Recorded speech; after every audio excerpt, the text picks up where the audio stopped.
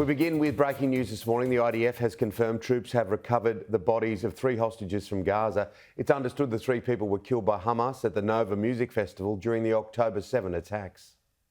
Itzhak Galarenta, Amit Buskila and Shani Luke were all killed at the Nova Music Festival on October the 7th and their bodies taken into Gaza.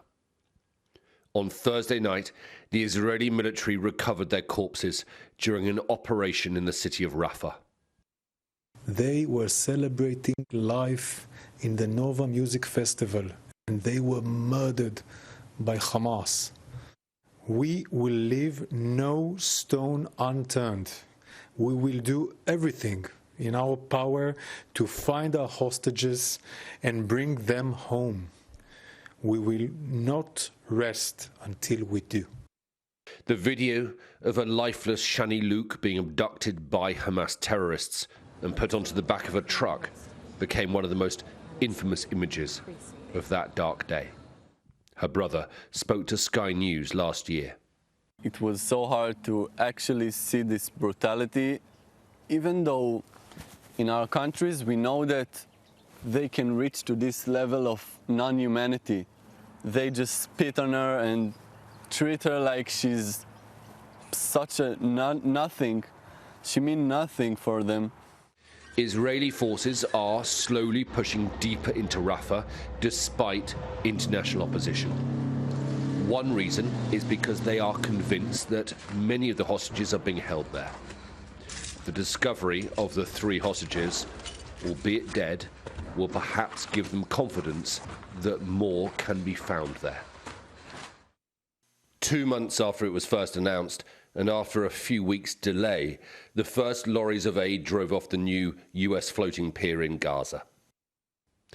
British aid, including thousands of temporary shelters, was on board the first shipment to arrive. The causeway stretches a few hundred meters from the shore. US forces will not set foot on Gaza, but the aid will first be secured by the IDF and then delivered by the United Nations. This is a new route for aid into Gaza, but the land crossings remain the best way of getting aid in. They are controlled by Israel, though, and not always open. Aid agencies are now warning of an epidemic as summer temperatures rise, there is little fresh water, and human waste runs like rivers in the streets. As much as we need aid in getting into Gaza, we also need this war machine to stop so that we can save our lives and we can work as humanitarian aid workers more safely and reach all people who are in dire need for aid as well. Only a few kilometers inland from the port, the fighting is heavy. Israeli forces have returned to northern Gaza as Hamas has regrouped there. There were reportedly 30 people in this house in the Jabalia refugee camp. 6 bodies were pulled from the rubble. The rest are still thought to be underneath. The new pier might bring some hope, but many Gazans see the US Navy ships and don't understand why the Americans are giving them aid at the same time that they're giving Israel weapons.